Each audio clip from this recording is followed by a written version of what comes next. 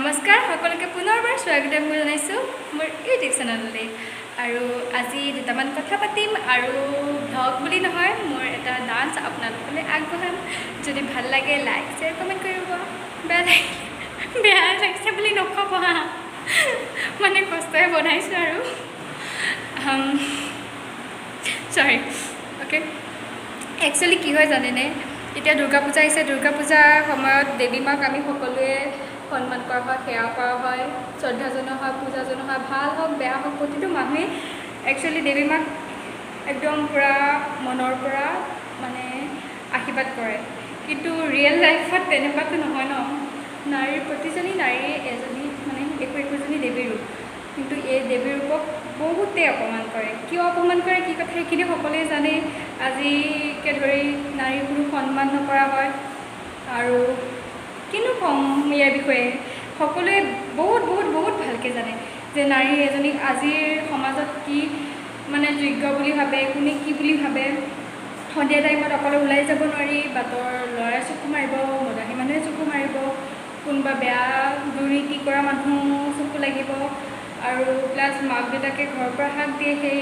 মাক দেউতাকে বেয়াটো নাভাবে মাক দেউতাকে মানে ভালটো ভাবি হাক দিয়ে কিয়নো আজিকালি পৰিস্থিতিৰ লগত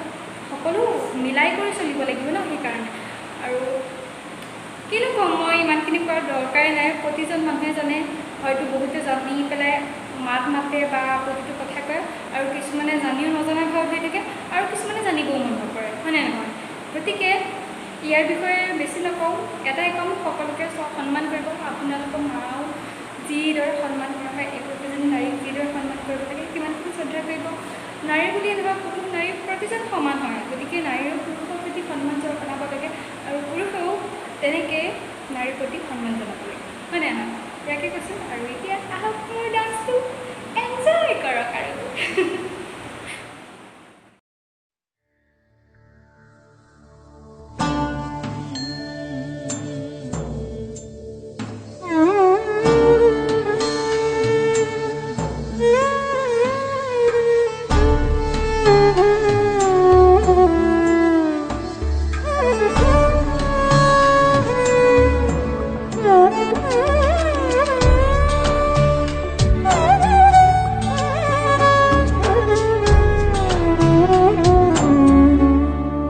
খিলা কাগজৰ বুকুৰ কবিতা